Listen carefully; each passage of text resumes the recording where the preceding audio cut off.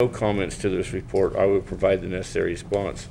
But, you know, certainly I want to make my comment because I have a real problem of putting any 1B dollars towards state projects. Okay. Supervisor Delmer? Thank you, Mr. Chairman. I'm going to chime in as well, Howard, because I thought we discussed this, and I thought we made it pretty clear that we had some projects that you had put forward already. We discussed those. To be adding new projects under this attempt here by, if I don't hear from you, I'll assume that it's okay. You're hearing from me, and it's not okay. We have the project list. Let's go forward with that. Let's not be adding something to it in a backdoor method. And I'm not saying you, but that doesn't work for me. I have another question on here, though, too. In terms of the, I got to find it here.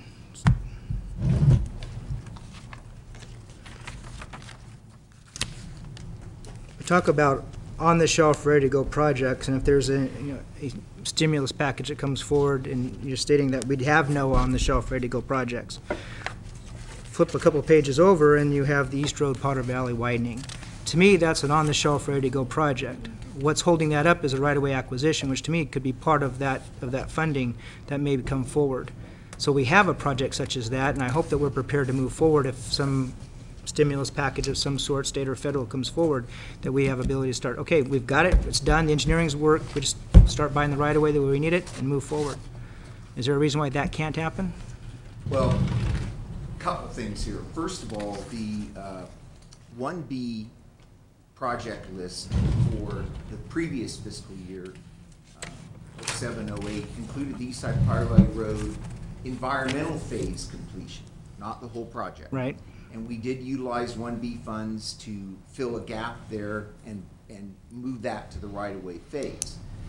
Your reference to the second part of my update on 1B is the potential for an accelerated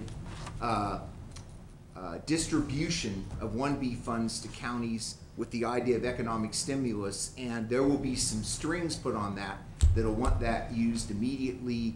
The strings also, are really looking for, I think, getting people working, and it's not clear to me, because those rules are being written, that's just a proposal right now, that right-of-way would, be one of the things that those strings would allow to happen. So maybe that's an answer to two questions. To get back to the first part of it, as far as adding another project, in this year's budget for 08-09, I did add highway intersection improvements as a needed funding. At the time, it's been all over the board. When I first proposed the proposed budget back in the spring, we thought there might be a 30% 1B distribution because it looked like the governor wanted to get money out there.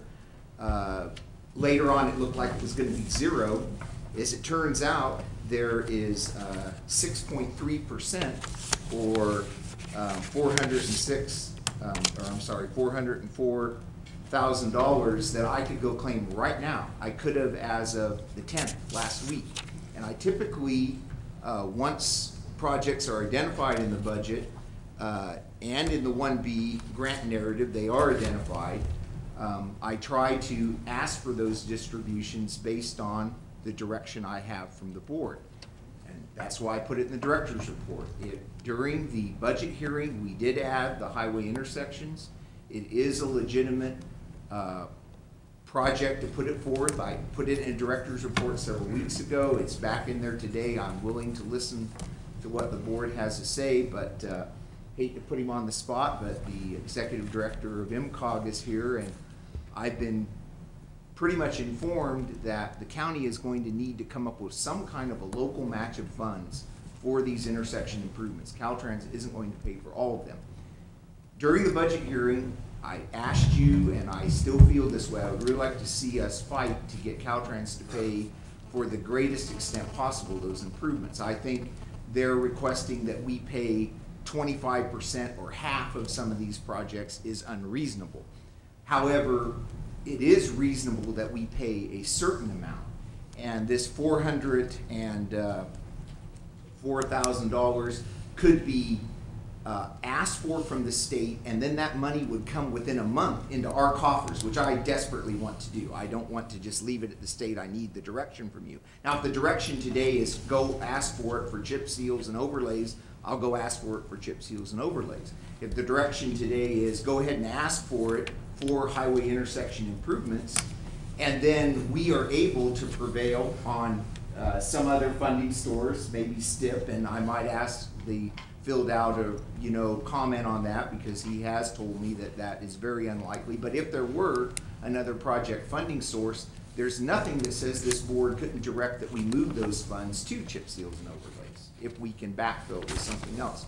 I'm trying to take a pragmatic approach here and set aside some money for a large expense that's looming out there for the county to participate in these intersection improvements on the state highway. And but it's the board's call. It is in the approved budget though, so it is on the list, Supervisor Delbar. It was added this year. But we also discussed it, and I mean, the elephant in the room is Simpson Lane on Highway 1. Yes. That is not at the top of those lists that we've been dealing with for years. And that's my concern, is we have a list, we have a priority list. Let's pick those things off as money comes available. We need to work on that, not slip something else in because Caltrans decides, hey, they're ready to move forward. Well, we've been ready to move forward on a lot of stuff, and thanks to Caltrans, things get bumped back. So